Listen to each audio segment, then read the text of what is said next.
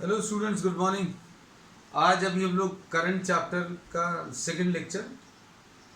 कल अभी हम लोगों ने करंट के बारे में पढ़ा था। करंट किस टाइप क्या है, करंट की डेफिनेशन क्या है। Charge per unit time, this was defined as current was defined as rate of flow of charge, है ना। Rate of flow of charge लिया था। फिर अभी हम लोगों ने करंट कैरियर्स के बारे में भी पढ़ा था, है ना। अब हम लोग आज जो पढ़ेंगे इसमें एक चीज और लिख सकते हैं, I is equal to delta Q by delta T. ये एक और तरीका है ना? तो अब आज अभी हम लोग ले रहे हैं instantaneous current. Instantaneous current, instantaneous current जो है, this is current at any particular instant. अगर पूरी फिजिक्स में कहीं पर भी ये इंस्टेंटेनियस वर्ड अगर आ रहा है तो इसका मतलब ये है कि delta T is very close to zero. सिर्फ delta Q amount of charge flows through a conductor in a time delta t. Delta q charge flows through a conductor in a time delta t, then current will be equal to delta q upon delta t. ये definition ली है। और instantaneous value of current, इसमें अभी हम लोग क्या करेंगे, एक लिमिट लगा देंगे। क्या लिमिट लगा देंगे कि टाइम इंटरवल जो है वो बहुत छोटा है, और इसको अभी हम लोग delta Q by delta T लिख देते हैं। और मैथमेटिकली इसको अभी हम लोग क्या लिखते हैं, d q by d t. मतलब क्या, differential coefficient of charge with respect to time. तो ये इंस्टेंटेनियस वैल्यू ऑफ करंट है। ये करंट जो है इस तरीके से कैलकुलेट तब करते हैं when the charge flowing through conductor is not at a uniform rate. अगर वो चेंज हो रहा है, मतलब किसी एक समय पर थोड़ा अमाउंट ऑफ चार्ज फ्लो कर रहा है, अगले समय पर हो सकता है ज्यादा अमाउंट ऑफ चार्ज फ्लो कर रहा है, फिर अगले एक सेकंड में हो सकता है और कम अमाउंट ऑफ चार्ज फ्लो कर रहा है। If this changes then we say that current, instantaneous value of current will be equal to dq by dt, है ना। ये मोस्टली अभी हम लोग किस टाइप के सर्किट्स में लेते हैं, ये अभी हम लोग आगे के टॉपिक्स में डिस्कस करेंगे। अब इसमें इस पर बेस प्रॉब्लम कैसा बनता है, suppose q is equal to 3t square plus 5t, ऐसा कुछ दिया है। Charge flowing through a conductor, problem हमने ऐसे ही लिख दिया है, आप लिख लेना। Charge flowing through a conductor is depending on time according to this relation. Charge ऐसा दिया है। Find the current, find current at t equal to 3 या t इज इक्वल टू 2, किसी पर भी आपको करंट की वैल्यू निकालनी है। तो करंट का फॉर्मूला क्या आ जाएगा, dq डिवाइडेड बाय dt, ऐसा कुछ आएगा। यानी d by dt of 3t square plus 5t, ये मिलेगा। अब इसको ऐसे क्या बोलेंगे, d by dt of 3t square plus d by dt of क्या 5t। डेरिवेटिव निकालना आना चाहिए, है ना। तो ये 3 अभी हम लोग इधर ले लें, d बाय dt ऑफ क्या t square plus 5 d by d T of T. क्या किया, कांस्टेंट क्वांटिटी को बाहर निकाल लिया। और ये कितना आ जाएगा, 3 इंटू टी स्क्वायर का डेरिवेटिव, टी स्क्वायर का डेरिवेटिव 2t आएगा, और ये कितना आ जाएगा, 5 आ जाएगा, और ये 1। अब इन्होंने कितने पर पूछा है, आई की value t is equal to 3 पर, तो t की वैल्यू 3 रख लो। इसको सिंप्लीफाई करने पर 6t प्लस 5 आएगा, और इसको सॉल्व करने पर 6 इंटू 3 प्लस 5 यानी 18 plus 5।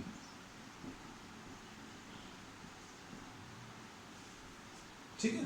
So these are the type of questions which we generally get in competitive exams. Questions भी साथ में डिस्कस करते चलेंगे। अब इसमें नेक्स्ट है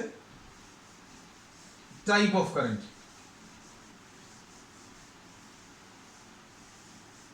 नेक्स्ट टॉपिक अभी हम लोग इसमें ले रहे हैं टाइप्स ऑफ करंट।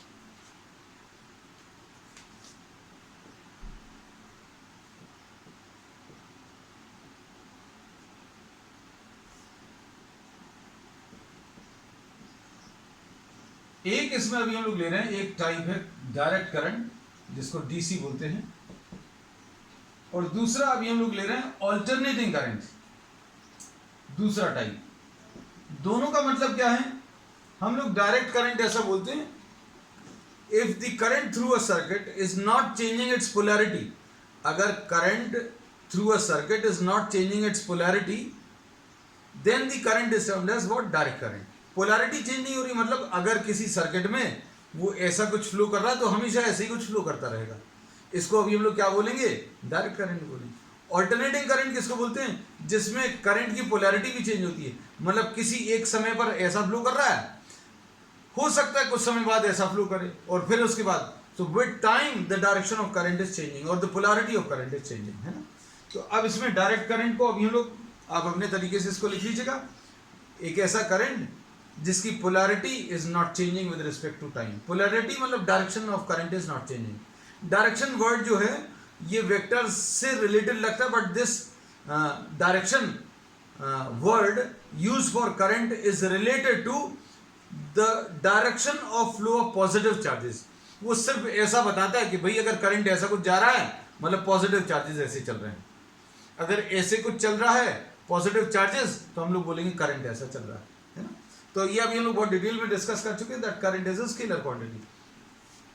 तो डायरेक्ट करंट क्या रहेगा? एक ऐसा करंट जिसमें डायरेक्शन ऑफ करंट या पोलैरिटी ऑफ करंट, ज्यादा अच्छा वर्ड है, polarity of current is not changing. इसमें दो टाइप के हैं। दो टाइप के कौन से हैं? एक वेरिएबल डीसी और एक है इसमें स्टेडी डीसी। वेरिएबल डीसी मतलब क्या है? पोलैरिटी तो सेम है, मतलब एक ही डायरेक्शन में फ्लो कर रहा है, लेकिन उसकी वैल्यू भी चेंज हो रही है समय के साथ। इसकी वैल्यू अगर चेंज हो रही है तो अभी हम बोलेंगे कैसा हो सकता है इसका डायग्राम। जैसे सपोज फॉर एग्जांपल अगर आपने इसको प्लॉट किया, ये सारे अभी हम लोग जो है वो ग्राफ के टर्म्स में बता देंगे। अगर आपने करंट को यहां पर ले लिया, टाइम को यहां पर ले लिया, तो हो सकता है कुछ ऐसा कुछ ग्राफ हो। तो इसमें देखकर क्या बता सकते हैं बेटा? इसमें देखकर अभी हम लोग ये बता सकते हैं कि टाइम के साथ साथ जैसे जैसे टाइम चेंज हो रहा है करंट की वैल्यू चेंज हो रही है। करंट की वैल्यू, इतने टाइम पर करंट की ये वैल्यू है, थोड़े और टाइम बाद करंट की ये वैल्यू। तो with time the value of current is changing. ठीक, अब इसके बाद ये वेरिएबल डीसी का एग्जांपल है, और स्टेडी डीसी, ये देखो इसका डायग्राम अभी हमने ये ले लिया, और वेरिएबल डीसी का, सॉरी स्टेडी डीसी का ये आ जाएगा। इसमें ये करंट है, ये टाइम है, मतलब इतने टाइम पर करंट की जो वैल्यू है, थोड़े टाइम बाद करंट की उतनी ही वैल्यू है, थोड़े और टाइम बाद करंट की सेम वैल्यू है। तो मतलब ना तो इसमें पोलैरिटी चेंज हो रही है, ना मैग्नीट्यूड ऑफ करंट चेंज हो रहा है। इसका मतलब क्या है?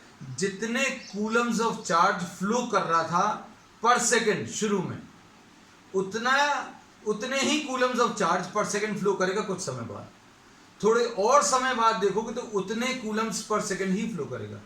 सपोज फॉर एग्जांपल 10 कूलम्स पर सेकंड है, मतलब अभी देखेंगे t = 1 पर 10 कूलम्स पर सेकंड, 2 सेकंड्स बाद देखेंगे तो फिर से 10 कूलम्स पर सेकंड, 5 सेकंड्स बाद देखेंगे तो फिर से 10 कूलम्स पर सेकंड।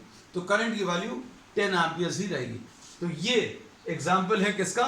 वेरिएबल डीसी का, और ये स्टेडी डीसी का। फिर इसके बाद आते हैं अभी हम लोग किस पर? Alternating current.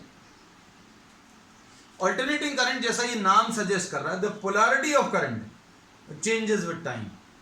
Polarity of current मतलब किसी एक समय पर करंट ऐसा फ्लो कर रहा है किसी सर्किट में, सर्किट भी अभी हम लोग बनाएंगे सिर्फ, लेकिन अभी अब हाथ के मूवमेंट से इतना तो समझ आएगा that if you are having a circuit, current flowing is flowing in this direction and after some time it flows in opposite direction, है ना। तो इसमें अभी हम लोग कहते हैं ऑल्टरनेटिंग करंट का जो ग्राफ है वो ऐसा कुछ हो सकता है। अब इसमें और इसमें डिफरेंस देखो, इसमें मैग्नीट्यूड भी चेंज हो रहा है और डायरेक्शन भी चेंज हो रहा है। तो ये करंट ले लिया और ये टाइम ले लिया। तो इसमें आप देखो किसी एक समय पर करंट की वैल्यू 0 है, थोड़े समय बाद करंट की वैल्यू बढ़ गई, थोड़े और समय बाद करंट की वैल्यू और इंक्रीज हो गई, यहां पर मैक्सिमम हो गई, फिर और टाइम बाद अगर देखें तो करंट की वैल्यू डिक्रीज हो गई, फिर और डिक्रीज हो गई, फिर और डिक्रीज हो गई, यहां पर 0 हो गई। इतने समय पर करंट की वैल्यू 0 हो गई और इतने समय पर करंट की वैल्यू नेगेटिव हो गई। करंट नेगेटिव होने का मतलब क्या है? करंट नेगेटिव होने का मतलब यह है कि करंट का डायरेक्शन जो है वो रिवर्स हो गया और the polarity of current is reversed. और फिर थोड़े और समय बाद अभी हम लोग देखते हैं करंट की वैल्यू जो है ऑपोजिट डायरेक्शन में चेंज होती जाएगी, इंक्रीज होती जाएगी, फिर डिक्रीज होकर 0, है ना। तो अभी हम लोग ये कहते हैं कि भाई आपको ये सब चीज़ें मालूम होनी चाहिए, आप क्यों पढ़ रहे हैं अपन ये सब। तो इसमें अभी हम लोग कहते हैं कि घड़ी के सेल्स में, रिमोट में,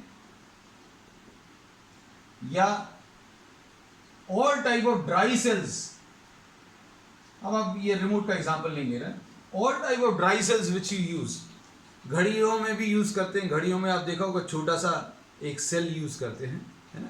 और जो वॉल क्लॉक्स रहती हैं उनमें अभी आप पेंसिल सेल यूज करते हो, पेंसिल सेल कहलाता है। रिमोट में भी सेल्स यूज करते हो। तो all such type of cells are called dry cells. सारे ड्राई सेल्स जो हैं वो नियरली स्टेडी डीसी देते हैं। स्टेडी डीसी मतलब क्या है, मतलब करंट की वैल्यू विद टाइम चेंज नहीं होती। हाँ वो बात अलग है, अभी जैसे आज अभी करंट मेजर करो, आधे घंटे बाद मेजर करो, तो करंट की वैल्यू सेम मिलेगी। लेकिन 15 दिन बाद, 2 महीने की यूज के बाद वो बात अलग है, वो सेल वीक हो जाता है तो करंट जो है डिक्रीज हो जाता है। लेकिन अभी हम लोग उसकी बात नहीं कर रहे, that we are not talking of the effectiveness of the cell, but we say that for a short duration you can consider कि जो सेल्स होते हैं, जो सेल्स अभी हम लोग देखते हैं, यूज करते हैं, वो एक स्टेडी डीसी देते हैं। तो इसलिए अभी हम लोग इसके बारे में पढ़ा है। अब इसके बारे में पढ़ें ऑल्टरनेटिंग करंट। तो घरों में जो इलेक्ट्रिसिटी अभी हम लोग यूज करते हैं वो इस टाइप की है।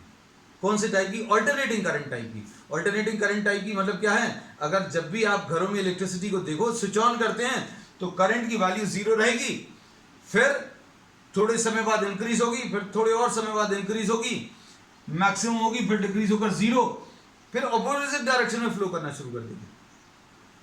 और ये जो है एक बार 0 से मैक्सिमम, मैक्सिमम से 0, 0 से मैक्सिमम ऑपोजिट डायरेक्शन का, और मैक्सिमम से फिर से 0, इसको 1 साइकिल बोलते हैं। इसको अभी हम लोग क्या बोलते हैं? 1 साइकिल। इसके बारे में पूरा एक चैप्टर पढ़ेंगे, लेकिन अभी हम सिर्फ एक इंट्रोडक्शन, आपका इंटरेस्ट भर बना रहे, है ना। तो आपको मालूम होना चाहिए कहां पर यूज करें। तो घरों में जो इलेक्ट्रिसिटी होती है वो अल्टरनेटिंग टाइप की होती है।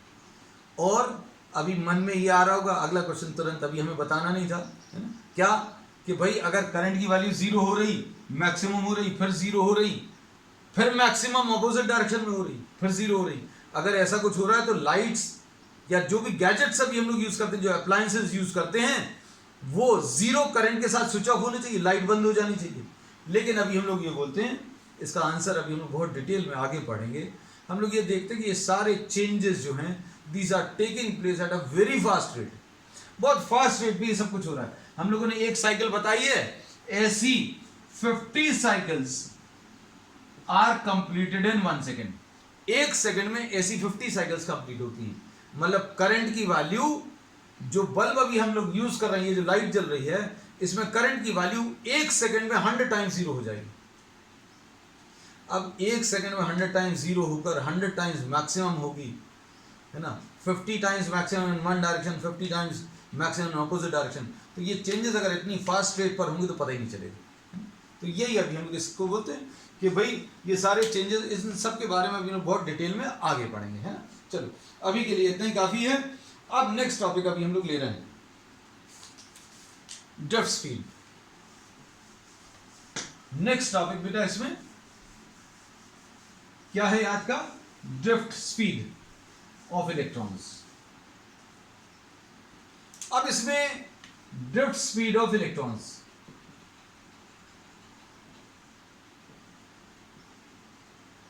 Electrons in a conductor. अब ये ऑब्वियस सी चीज है कि कंडक्टर की अगर बात करेंगे, इलेक्ट्रॉन्स के मूवमेंट की अगर बात करेंगे, तो कंडक्टर्स की बात होगी, क्योंकि conductors have large number of free electrons. Conductor में बहुत सारे नंबर ऑफ फ्री इलेक्ट्रॉन्स हैं, और बहुत सारे नंबर ऑफ फ्री इलेक्ट्रॉन्स जो हैं वो रेस्ट पर नहीं हैं, ये लगातार मूव कर रहे हैं। मतलब इलेक्ट्रॉन्स जो हैं, these are moving inside a conductor. Conductor के अंदर लगातार चलते रहते हैं। और अगर कंडक्टर के अंदर इलेक्ट्रॉन चल रहे हैं तो अभी हमारे दिमाग में तुरंत ही आएगा कि भैया चार्जेस अगर चल रहे हैं तो rate of flow of charges current होता है। तो आप कोई भी कंडक्टर ले लो, सपोज ये कॉपर का है या प्लास्टिक का, सपोज ये कॉपर का है, तो इसमें बहुत सारे इलेक्ट्रॉन्स हैं, इलेक्ट्रॉन्स चल रहे हैं इसके अंदर, और ये मोशन जो है हम लोगों ने 11th क्लास में इसके बारे में पढ़ा, this is related to temperature, है ना, this is termed as thermal motion. तो इलेक्ट्रॉन्स अगर चल रहे हैं मतलब चार्जेस चल रहे हैं, और चार्जेस का चलना अभी हम लोगों ने पढ़ लिया, करंट है, मतलब इसके अंदर करंट आना चाहिए, लेकिन इसमें करंट नहीं होता। हम लोग ये कहते हैं कि चार्जेस का नेट मोशन होना चाहिए किसी एक पर्टिकुलर डायरेक्शन में, तभी हम लोग बोलते हैं करंट फ्लो करता है। अब नेट मोशन का मतलब क्या है?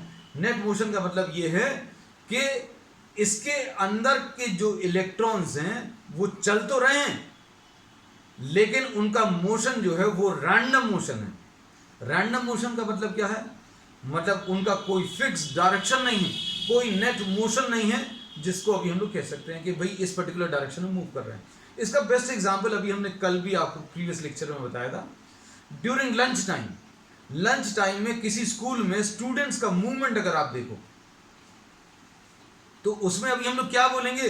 किसी एक जगह पर खड़े होकर आप काउंट करो तो number of students moving in this direction will nearly be equal to number of students moving in this direction.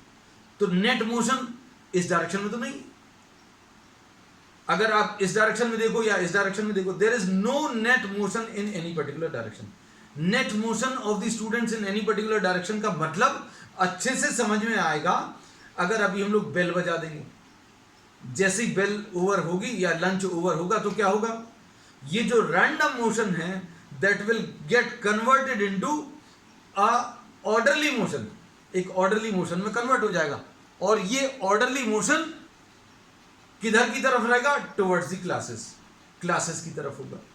या फिर जब छुट्टी की बात करें, सपोज जब लंच ब्रेक खत्म हुआ उसकी बात तो कर ली, अगर स्कूल की छुट्टी की बात करें तो स्कूल की छुट्टी के समय जो बेल होती है उसमें स्टूडेंट्स का मोशन एक नेट मोशन होता है टुवर्ड्स द एग्जिट गेट। तो अब हम लोग इसमें ये बोलते हैं कि ड्रिफ्ट स्पीड पर आ जाए। तो अब हम लोगों ने इसमें ये बोला कि कंडक्टर हैज, सबसे पहली चीज तो अभी हम लोगों को ये पता चले कि conductor has what? Large number of free electrons. और ये जो फ्री इलेक्ट्रॉन्स हैं इनका जो मोशन है वो कैसा है? रैंडम मोशन है। कैसा मोशन है इनका? इनका मोशन जो है रैंडम मोशन है। और ये जिस वेलोसिटी से मूव करते हैं that is of the order of 10 to the power of 5 metres per second, 10 to the power of 5 to 10 to the power of 6 metres per second, ऐसा कुछ रहता है। कितना? और इसका ये फॉर्मूला मालूम होगा, ये रूट मीन स्क्वायर। हम लोग इसके डिटेल्स में नहीं जा रहे because that is completely different aspect of physics. This we studied in thermal physics, heat में पढ़ा हुआ है कि अगर आपको root mean square velocity of the molecules अगर चाहिए तो वो इस फॉर्मूले से मिलती है। किसके ऊपर? के के ऊपर डिपेंड करेगी, और के और टी के ऊपर डिपेंड करेगा। T is the absolute temperature. T अभी हम लोग कहते हैं रूम टेम्परेचर पर 300 केल्विन पर अगर आप निकालो mass of the electron 9.1 into 10 to the power of -31 और के की value 1.38 into 10 to the power of -23। ये सारी वैल्यूज अगर आप रखोगे तो कुछ इसका कैलकुलेशन, हमें एग्जैक्ट वैल्यू से मतलब नहीं है, हम लोग बोलेंगे ये 10 to the power of 5 से 10 to the power of 6 metres per second है। तो अब हम लोगों ने इसमें ये पता चल गया, क्या पता चला? कि भाई किसी भी कंडक्टर में there are large number of free electrons, लेकिन ये फ्री इलेक्ट्रॉन जो हैं ये रैंडम डायरेक्शन में मूव कर रहे हैं। एक इलेक्ट्रॉन का पाथ अगर अभी हम लोग बना लें तो ऐसा कुछ आएगा। और ये ऐसा क्यों हो रहा है? क्योंकि कोई इलेक्ट्रॉन अगर इतनी वेलोसिटी से चल रहा है तो केवल एक ही इलेक्ट्रॉन नहीं है, कितने हैं? Lakhs of electrons, free electrons are present. ये सारे के सारे चल रहे हैं अंदर, और अंदर एटम्स और आयंस भी हैं। तो ये एटम्स या आयन से टकराएंगे। जैसे मान लीजिए इलेक्ट्रॉन चला, यहां पर किसी एटम या आयन से टकराया, इस डायरेक्शन में चला गया, फिर यहां पर किसी एटम या आयन से टकराया, यहां पर चला गया, फिर ऐसा मल्टीपल कोलिजन्स होकर ये हो सकता है नेट मोशन इसका जीरो आ जाए। किसी एक पर्टिकुलर इलेक्ट्रॉन का अगर हम लोग बोलें तो ऐसा नहीं होगा कि वो electron 10 to the power of 5 metres per second से चल रहा है तो वो पूरा कंडक्टर ट्रैवल करके बाहर निकल जाएगा, ऐसा नहीं होगा। So we say that many such electrons are continuously moving, और इन सब को अगर अभी हम लोग देखें तो इन सब का मोशन कैसा है? रैंडम थर्मल मोशन है। इस मोशन को अभी हम लोग रैंडम थर्मल मोशन बोलते हैं। तो अब इस मोशन के कारण करंट क्यों नहीं है? क्योंकि इनका मोशन रैंडम मोशन है। रैंडम मोशन है मतलब there is no net motion of charges in any particular direction. किसी एक पर्टिकुलर डायरेक्शन में there is no net motion of the electrons.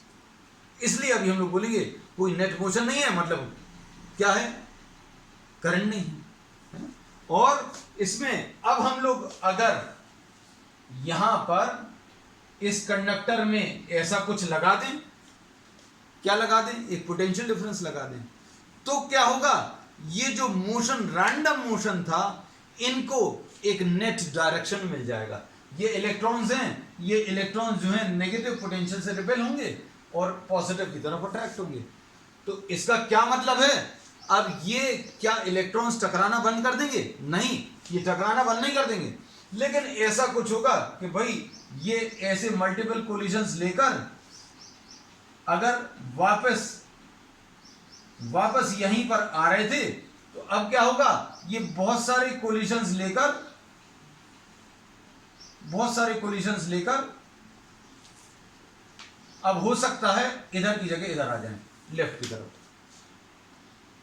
मतलब क्या होगा? अगर ये तो सिंपल सी चीज है कि अगर इलेक्ट्रॉन्स रैंडमली मूव कर रहे थे, फिर आपने क्या किया? इनको एक पुश दे दिया। पुश किसकी वजह से दिया? ये नेगेटिव टर्मिनल और ये positive terminal. Negative potential electrons को लेफ्ट की तरफ धक्का देगा, पॉजिटिव भी अपनी तरफ खींचेगा। तो a net motion will be obtained in this particular direction. अब इस डायरेक्शन को कैसा बोलेंगे कि भाई ये पॉजिटिव टू नेगेटिव, ये इलेक्ट्रिक फील्ड का डायरेक्शन है, और नेट मोशन जो है इलेक्ट्रॉन्स का, it will be obtained opposite to the electric field, है ना। तो ये मालूम भी है कि भाई अगर आपको इलेक्ट्रिक फील्ड लगा देते हो तो चार्जेस के ऊपर फोर्स आता है, और फोर्स के कारण ये चार्जेस जो हैं कहाँ की तरफ? Opposite to the field move करने लगते हैं। और ये जो चार्जेस मूव करते हैं, ये एक नियरली कांस्टेंट स्पीड से मूव करते हैं, ऐसा मान सकते हैं। और जिस कांस्टेंट स्पीड से ये इसके अंदर ड्रिफ्ट करते हैं, उसको अभी हम लोग ड्रिफ्ट स्पीड बोलते हैं। ये जो इलेक्ट्रिक फील्ड अभी हम लोग अप्लाई करेंगे, इसको अप्लाई करने से इनके पास जो एक नेट मोशन आएगा, नेट मोशन का मतलब क्या है? अभी तक इलेक्ट्रॉन्स मूव कर रहे थे टेम्परेचर के कारण, है ना। वो मोशन कैसा था? लंच टाइम में स्टूडेंट्स के मूवमेंट की तरह था। लेकिन अब क्या होगा? अब ये पोटेंशियल डिफरेंस लगाने पर opposite to the field move करेंगे, कोलिजन्स भी चलते रहेंगे, ये वाली वेलोसिटी भी रहेगी, लेकिन एक नेट मोशन आ जाएगा। वो मोशन, नेट मोशन बहुत धीमा रहेगा, और वो कितना रहेगा? That drift speed will be of the order of 10 to the power of -4 metres per second. ठीक, तो ड्रिफ्ट स्पीड का कॉन्सेप्ट क्या है, अब हम लोग डिटेल में अब डिस्कस करेंगे। अभी तो हमने सिर्फ आपको बताया है कि भाई किसी कंडक्टर के अंदर इलेक्ट्रॉन्स जो हैं, free electrons random thermal motion में होते हैं, और रैंडम थर्मल मोशन की वजह से हम लोग बोलते हैं कभी भी करंट नहीं आता, है ना। तो now suppose we are having a conductor. Suppose ये कंडक्टर है और इसके अंदर बहुत सारे नंबर ऑफ फ्री इलेक्ट्रॉन्स हैं, और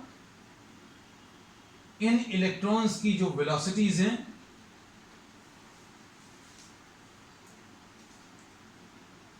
इलेक्ट्रॉन्स मार्क कर लेना बहुत सारे, और इनके डायरेक्शंस मार्क कर लेना। when no potential difference is applied, तो अब हम लोग क्या बोलेंगे? let u1 u2 u3 and so on are the thermal velocities. u1 u2 u3 and so on up to un, these are what? The thermal velocities. और इन सभी का अगर आप एवरेज निकालेंगे, इन सभी का अगर आप एवरेज निकालोगे तो कितना आ जाएगा, ये 0 आ जाएगा। एवरेज थर्मल वेलोसिटी 0 आएगी। एवरेज थर्मल वेलोसिटी 0 क्यों आएगी? क्योंकि भैया आप किसी एक जगह पर खड़े होकर अगर आप काउंट करोगे तो नो नेट मोशन, जितनी वेलोसिटीज इस डायरेक्शन में उतनी ऑपोजिट डायरेक्शन में भी है। ये सारे वेक्टर्स हैं, तो इन सारे वेक्टर्स का जो एडिशन आएगा, जो रैंडमली ओरिएंटेड हैं सारे वेक्टर्स, उन सबका एडिशन 0 आ जाएगा। ठीक है, अब इसमें क्या किया, नाउ सपोज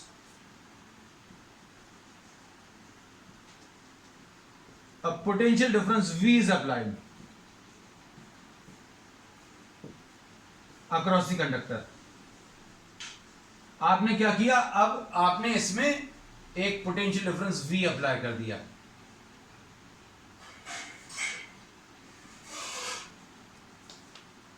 ठीक है, तो electric field inside the conductor,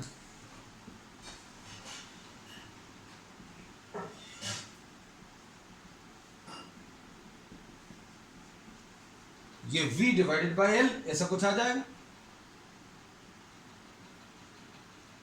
अब इसमें अभी हम लोग क्या बोलेंगे, ये इलेक्ट्रिक फील्ड जो है, ये इलेक्ट्रिक फील्ड अंदर कैसे आ गई? अभी तक तो हम लोग बोलते थे कंडक्टर के अंदर इलेक्ट्रिक फील्ड ही नहीं, लेकिन यहां पर इलेक्ट्रिक फील्ड क्यों एग्जिस्ट कर रही है? क्योंकि अभी हम लोगों ने पिछले लेक्चर में भी यही चीज बताया था कि इलेक्ट्रोस्टैटिक्स में क्या होता था बेटा, कि पोटेंशियल डिफरेंस आप कोई दो कंटेनर्स के बीच में लगातार बना के नहीं रखते थे। जैसे ही आपने दो कंटेनर्स को कनेक्ट किया तो फ्लो ऑफ, ये वाटर टैंक के एग्जांपल से बहुत अच्छे समझ में आता है। हम लोगों ने इसमें ये बोला था कि जैसे ही आप इन दोनों टैंक्स को कनेक्ट करोगे, फ्लो स्टार्ट होगा, पानी हायर लेवल से लोअर लेवल पर चला जाएगा और कुछ देर बाद लेवल सेम हो जाएगा। मतलब पोटेंशियल डिफरेंस कितना आ जाएगा, 0 आ जाएगा। मतलब कभी भी potential difference between the two conductors, जो भी दो पॉइंट्स कनेक्टेड हैं, वो कभी भी पोटेंशियल डिफरेंस पर नहीं होते थे इलेक्ट्रोस्टैटिक्स में। लेकिन अब हम लोग क्या कर रहे हैं, यहां पर एक पंप लगा रहे हैं और ये पंप क्या करता है, लिक्विड को लोअर लेवल से हायर लेवल पर ट्रांसफर करता है। ये अभी हम लोग बहुत डिटेल में पिछली क्लास में डिस्कस किया। तो अब हम लोग क्या बोलेंगे, इलेक्ट्रिक फील्ड कितनी आ गई, electric field will be E will be equal to what, V divided by L। ऐसा कुछ आ गया। अब इसके कारण क्या होगा, force acting on each electron,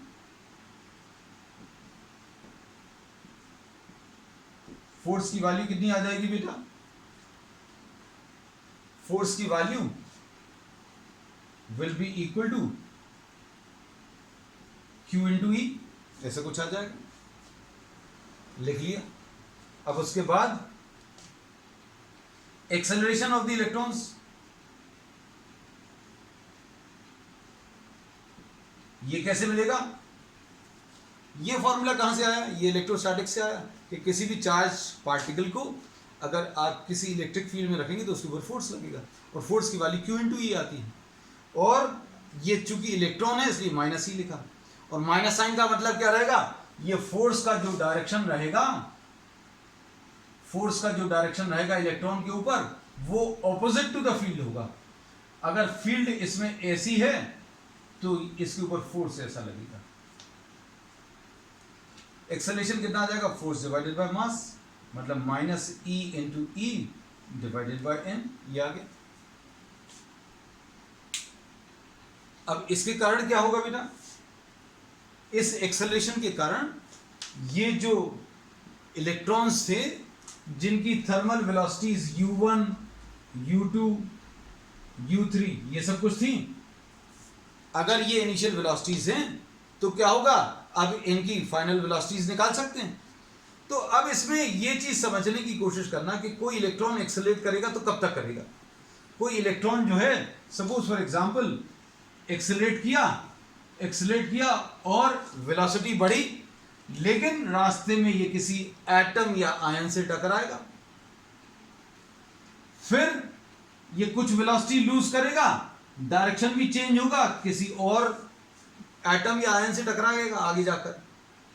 फिर इस बीच में जितने टाइम के लिए वो किसी भी और पार्टिकल से टकरा नहीं रहा है, उतने समय के लिए वो एक्सेलरेट करता है। भाई मान लीजिए गाड़ियां चल रही हैं, हम लोग गाड़ी चला रहे हैं और एक्सेलरेट कर रहे हैं, है ना, तो हम लोग एक्सेलरेट कब तक कर पाएंगे? जब तक हम फ्रीली चल रहे हैं। जैसे ही टकराएंगे हमारी कुछ वेलोसिटी लूज होगी, हम गिरे, उठकर खड़े हुए, फिर एक्सेलरेट किए, फिर किसी से टकरा गए, तो एक्सेलरेट कितने समय के लिए करेंगे? सिर्फ उतने समय के लिए जितने समय के लिए कोलिजन नहीं हो रहा है। तो उस समय को अभी हम लोग रिलैक्सेशन टाइम बोलते हैं। और relaxation time is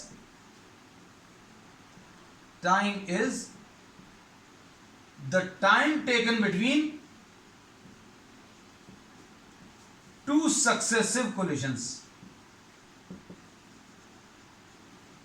relaxation time क्या है? It is the time taken between two successive collisions. तो अब आ जाओ फिर से वापस। हमने बोला एक इलेक्ट्रॉन है, वो u1 वेलोसिटी से चल रहा है। कितनी वेलोसिटी से? u1 वेलोसिटी से चल रहा है। अब उसको, अब जब हमने ये इलेक्ट्रिक फील्ड लगा दी, तो इस इलेक्ट्रिक फील्ड की वजह से क्या हुआ बेटा? इस इलेक्ट्रिक फील्ड की वजह से उसके ऊपर एक फोर्स आया, और फोर्स के कारण क्या हुआ? एक एक्सेलरेशन आया, और इस एक्सेलरेशन के कारण इसकी वेलोसिटी बढ़ेगी। और कितनी बढ़ेगी? Final velocity v1 will be equal to u1 plus a τ1। इस रिलैक्सेशन टाइम को अभी हम लोग τ से रिप्रेजेंट करते हैं। और ये कौन सा टाइम है? ये वो टाइम है जितने टाइम के लिए इलेक्ट्रॉन एक्सेलरेट कर रहा है। ये कौन सा टाइम है? ये वो टाइम है जिसके लिए, जितने टाइम के लिए इलेक्ट्रॉन एक्सेलरेट कर रहा है। उसका एग्जांपल अभी हमने बताया कि आप खुले ग्राउंड में बहुत सारी गाड़ियां लेकर बहुत सारे स्टूडेंट्स गाड़ियां चला रहे हैं और एक्सेलरेट कर रहे हैं, लेकिन बहुत ज़्यादा वेलोसिटी नहीं बढ़ा पा रहे। क्यों? क्योंकि जैसे ही वेलोसिटी बढ़ती है आप किसी से टकरा जाते हैं, और टकराएंगे, फिर खड़े होंगे, फिर से एक्सेलरेट करेंगे, और फिर किसी से टकरा जाएंगे। तो जितने समय के लिए आपका कोलिजन नहीं हो रहा है, जितने समय के लिए आप फ्रीली ट्रैवल कर रहे हो, उतने टाइम के लिए एक्सेलरेशन आएगा। और उस टाइम को अभी हम लोगों ने क्या बोला है? उस टाइम को अभी हम लोगों ने रिलैक्सेशन टाइम बोला है ना। तो अब हम लोगों ने इसमें ये बोला कि पहले इलेक्ट्रॉन का की फाइनल वेलोसिटी कितनी आ जाएगी? v1 is equal to u1 plus a τ1। a क्या है? एक्सेलरेशन। τ1 क्या है? It is the time taken between two successive collisions. ठीक, दो कोलिजन्स के बीच में जो समय है, उतने समय में वो एक्सेलरेट कर रहा है। अब ऐसे v2 निकाल लो, ये कितना आ जाएगा? u2 plus a। ऐसे ही सारे इलेक्ट्रॉन्स का अगर आप निकालोगे तो ऐसा कुछ आ जाएगा। सबका निकालने की जरूरत नहीं है, हम इसका एक शॉर्टकट अप्रोच भी बता देंगे। That will be discussing on the next. तो अब हम लोग क्या बोलेंगे? अब इस इलेक्ट्रिक फील्ड के कारण ये फाइनल वेलोसिटीज आ गई। पहले वेलोसिटीज क्या थी इसके पास? u1, u2, u3 ये सब थी। अब इलेक्ट्रिक फील्ड लगाया, इलेक्ट्रिक फील्ड लगाने के कारण फोर्स आया, फोर्स के कारण एक्सेलरेशन आया, एक्सेलरेशन के कारण क्या होगा? वेलोसिटीज चेंज हो जाएंगी, और वेलोसिटीज जो आएंगी, इन सभी का जो एवरेज है उसको अभी हम लोग ड्रिफ्ट वेलोसिटी बोलते हैं। इन सभी का जो एवरेज है उसको अभी हम लोग क्या बोलते हैं? Drift velocity. ये वाला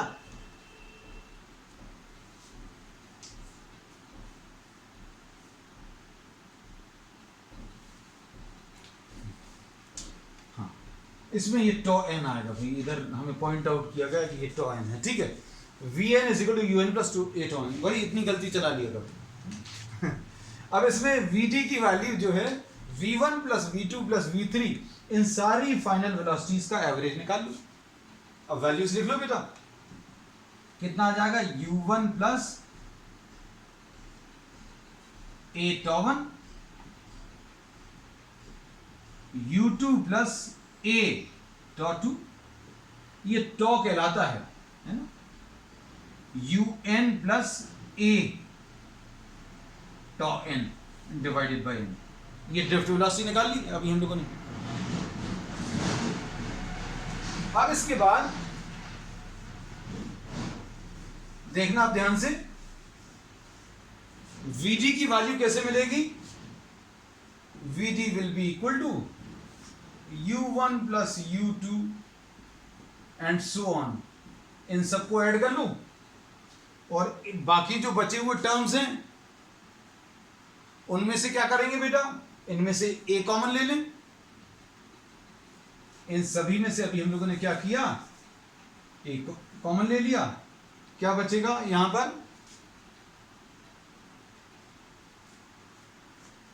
टॉ 1 plus tau 2 and so on, ऐसा कुछ आएगा। ये देखो, ये लिख लिया पहले, फिर ये लिख लिया, ये सारे टर्म्स लिख लिए, फिर उसके बाद बचे हुए टर्म्स से a कॉमन लेकर लिख लिया, और डिवाइडेड बाय क्या है, डिवाइडेड बाय n है, डिवाइडेड बाय n है। तो ड्रिफ्ट वेलोसिटी जो है कितना आ जाएगा, ये वाला टर्म 0 आ जाएगा। क्यों? क्योंकि एवरेज थर्मल वेलोसिटीज कितनी आती हैं, 0 आती हैं। हम लोगों ने बता ही दिया था एवरेज थर्मल वेलोसिटीज 0 कैसे आती हैं, उसका एग्जांपल अभी याद रखना, लंच टाइम में स्टूडेंट्स का मूवमेंट है ना। तो अब हम लोग ये 0, फिर इसमें a, इसको अभी हम लोग क्या लिख लेंगे, tau, this is tau is what, tau 1 plus tau 2 tau n divided by n, यानी एवरेज रिलैक्सेशन टाइम।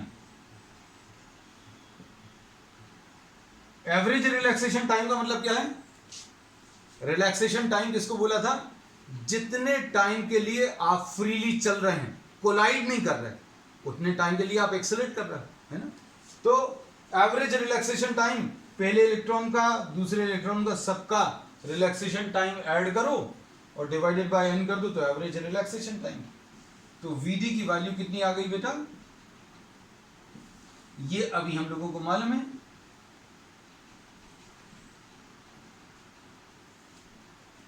ऐसा कुछ है। तो ये फॉर्मूला किसका है, ड्रिफ्ट वेलोसिटी का है ना। तो ड्रिफ्ट वेलोसिटी जो है किसी कंडक्टर में अगर आप कैलकुलेट करोगे तो वो 10 to the power of approximately 10 to the power of -4 metres per second आएगी, है ना।